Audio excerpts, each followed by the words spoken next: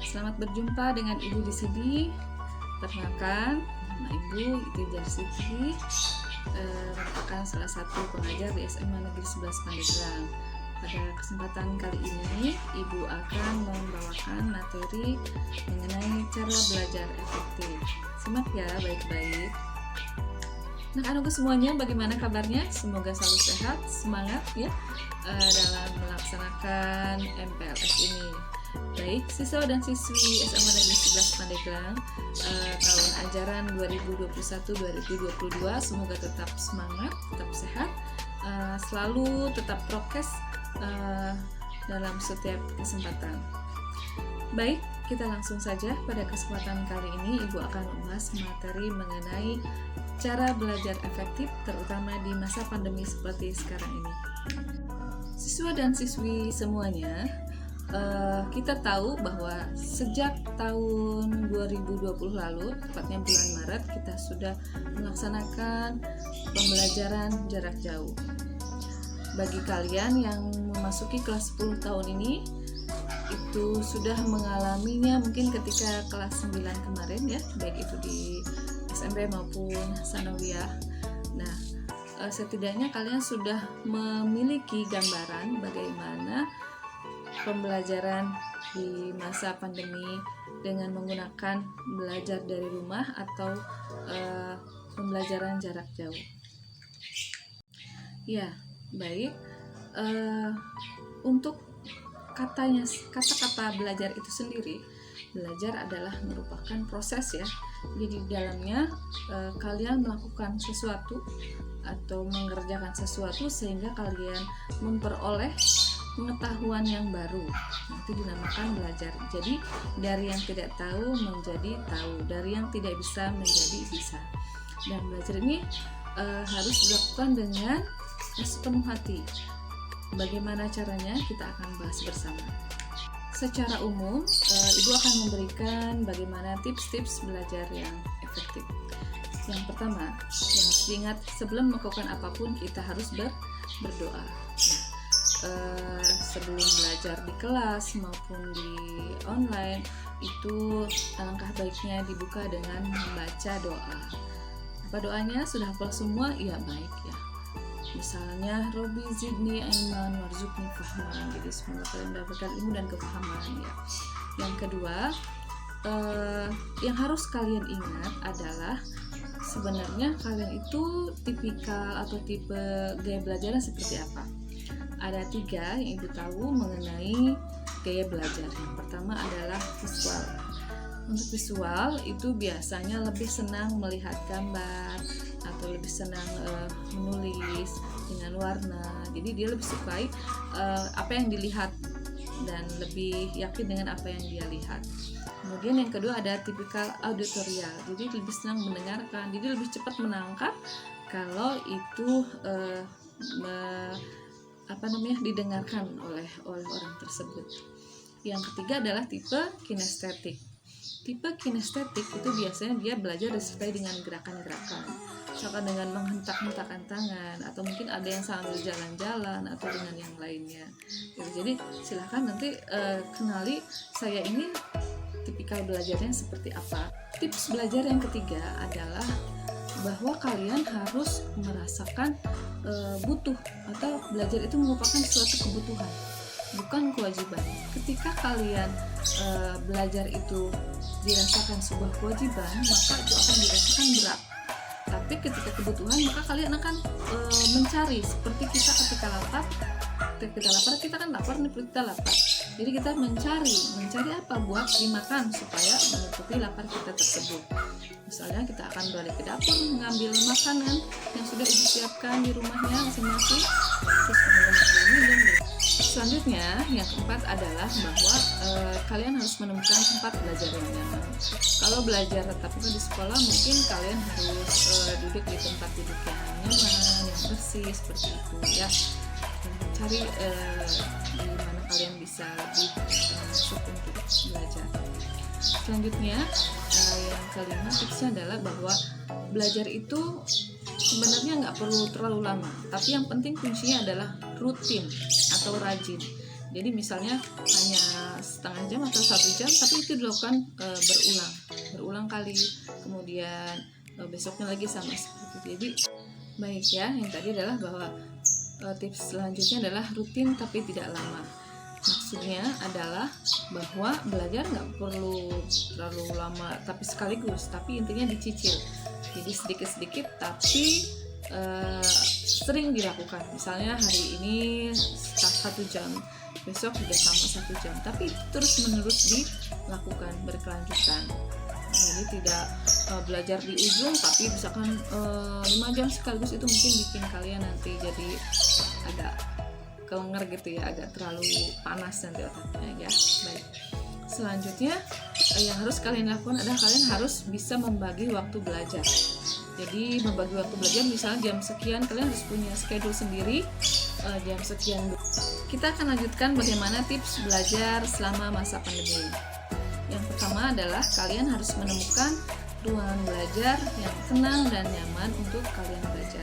Silahkan pilih di titik mana, di spot mana di rumah kalian, misalnya di kamar kalian sendiri, atau di ruang tamu, atau di ruang tengah, atau mungkin di teras, atau di mana saja yang memungkinkan kalian untuk belajar di rumah. Karena memang suasana nyaman bisa lebih menguntungkan buat kita untuk belajar ya. Yang keempat, kalian harus memperhatikan jadwal dari sekolah. Nanti biasanya dari sekolah akan men-share jadwal pembelajaran online atau jadwal pembelajaran daring, di mana di situ nanti setiap guru telah menyiapkan link pembelajaran yang nanti bisa langsung diakses oleh para peserta didik sesuai dengan jadwal pada hari itu. Jadi kalian harus pastikan juga kalian telah memiliki akun, misalnya kalian memiliki email di Gmail, biasanya kita pakai Gmail. Bahkan ada juga kemarin itu belajar ID, jadi nanti peserta didik dan guru itu bisa memiliki lebih banyak kuota penyimpanan memori untuk di internetnya, itu di Gmailnya ya. Yang kedua, siapkan perlengkapan belajar dan letakkan di tempat yang terjangkau. Jadi kalian harus meletakkan di mana buku-buku kalian untuk kalian baca, misalkan bahan-bahan belajar yang lain yang terlihat langsung oleh kalian. Selanjutnya, ini yang sangat penting sekali ya, perlengkapan belajar di masa pandemi. Yang pertama adalah kalian harus punya handphone ya, harus punya HP. Kemudian selain punya HP, memang harus memastikan jaringan internet yang bagus atau sinyal yang bagus, kemudian kuota kalian juga mencukupi. Kita tahu bahwa tahun pelajaran kemarin pemerintah juga sudah membagikan kuota belajar untuk para siswa dan siswi, bahkan para mahasiswa juga diberikan kuota seperti itu ya, sehingga membantu untuk bisa belajar secara online. Jadi pastikan HP baik kondisinya, kemudian kuotanya juga ada, kemudian sinyalnya juga bagus. Baik, yang tidak kalah penting adalah bagaimana kalian bisa membuat jadwal sendiri, jadwal mandiri kalian selain jadwal pelajaran di sekolah. Maksudnya kalian sudah mendapatkan jadwal pembelajaran di sekolah, misalkan dari hari Senin sampai hari Jumat. Nah, setelah itu kalian membuat sendiri bagaimana jadwal mandiri kalian, mulai dari bangun tidur, kemudian jadwal pembelajarannya ada di situ, kemudian sampai ke kalian sampai ke jadwal waktunya tidur. Maksudnya daily activity kalian, kegiatan sehari-hari kalian itu sudah terjadwal dengan baik. Hari ini pelajarannya ini, kemudian belajar lagi untuk mengulang jam berapa, kemudian kalian untuk kegiatan yang lain berapa. Jadi diseimbangkan, karena memang pembelajaran di masa pandemi ini kita sering berhadapan dengan gadget ya, maksudnya dengan HP kalian, dengan laptop atau dengan komputer. Jadi kita juga membutuhkan waktu untuk refreshing, waktu untuk memulihkan kesegaran berpikir kita. Misalkan bolehlah kalian main atau bersosialisasi dengan teman, gitu. Kemudian keluar dulu dan lain sebagainya. Jadi silahkan diatur ya. Nanti setelah ini ada bagaimana kalian harus bisa membuat jadwal itu sendiri. Ibu lanjutkan, tips yang selanjutnya adalah ketika kalian belajar atau membaca buku secara mandiri bukan dari HP, maka misalnya ada tugas dari ibu guru atau bapak guru membuat gambar atau misalkan praktikum atau misalkan membaca buku misalkan dengan baik, maka itu kalau bisa diusahakan yang namanya HP kalian simpen dulu. Ketika mengerjakan proyek apa, misalkan dari proyek praktikum atau tugas praktikum, lebih baik HP-nya dijauhkan dulu karena itu akan mengganggu konsentrasi. Coba kalian bayangkan kalau misalkan biasanya data lo ya, kalau misalkan kalian lagi baca buku terus tiba-tiba ada pesan WA masuk ya, ambil dulu HP-nya kemudian dilihat gitu, kemudian kalian kerja lagi. Itu biasanya akan mengganggu konsentrasi. Usahakan off-kan dulu misalkan selama setengah jam atau misalkan 1 jam. Nah setelah kalian beres melakukan semuanya, maka silahkan kalian pergunakan HP kalian sendiri. Ada beberapa tips yang akan disampaikan untuk menjaga kesehatan. Yang pertama adalah satu, kalian bisa berolahraga ringan saja sehari-hari yang bisa dikerjakan olahraga ringan, misalkan boleh senam gitu atau lari-lari gitu, seperti itu ya. Kemudian yang kedua adalah harus cukup minum air putih ya, bukan yang air putih, jadi disesuaikan dengan berat badan masing-masing ya, seperti itu. Jadi katanya dia bilang 2 liter sehari ya, tapi intinya mungkin kalau 2 liter kalau orangnya gemuk itu kurang, jadi disesuaikan dengan kebutuhan berat badan masing-masing gitu. Itu jangan lupa. Hindari minum yang bersoda atau minum es terlalu banyak karena kondisi kita sekarang ini lagi banyak penyakit, maksudnya virus. Jadi usahakan kalau bisa itu minum air hangat ya, minum airnya air yang hangat. Selanjutnya adalah makan makanan yang bergizi. Kenapa kita harus makan makanan yang bergizi? Karena makan makanan yang bergizi akan meningkatkan imun kita ya. Jadi nanti antibodi itu terbentuk ketika memang makanan kita juga cukup bagus atau cukup baik. Jadi ya usahakan 4 sehat 5 sempurna. Sebisa mungkin bukan makanan yang mahal tapi makanan yang bergizi, banyak di sekitar kita gitu.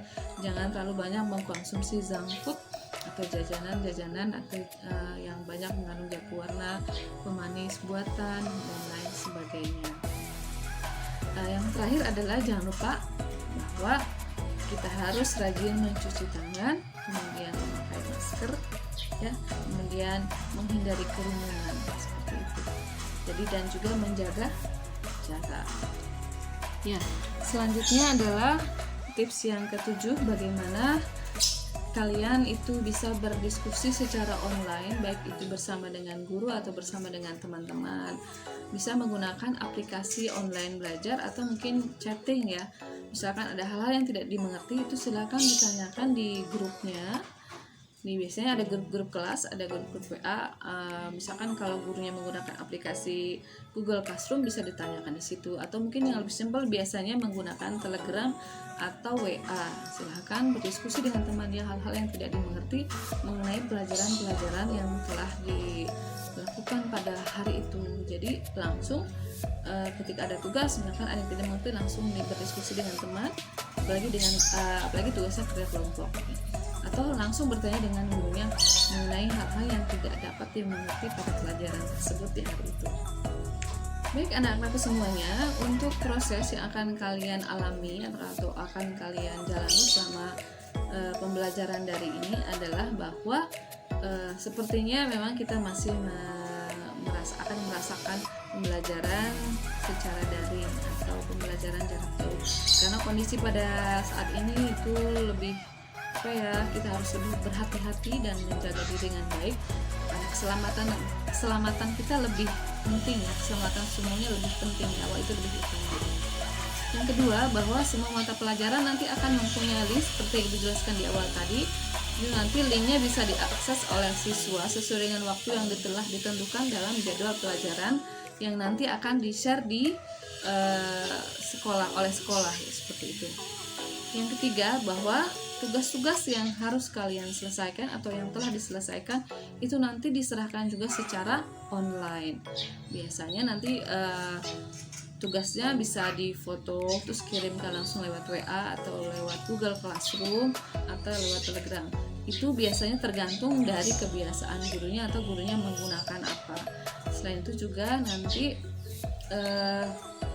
ada mungkin pertemuan-pertemuan yang akan dilakukan secara sinkronus atau langsung, misalkan dengan menggunakan Zoom meeting atau Google Meet atau yang lainnya seperti itu. Baiklah anak-anakku semuanya, mungkin itu saja yang dapat Ibu sampaikan pada kesempatan pagi hari ini mengenai bagaimana cara belajar efektif. Nanti para pendamping kalian juga mungkin akan memberikan ujangan-ujangan bagaimana bisa belajar yang baik di masa pandemi seperti ini. Jadi silakan konsultasikan dengan pendampingnya. Ada tugas nih yang terakhir, ada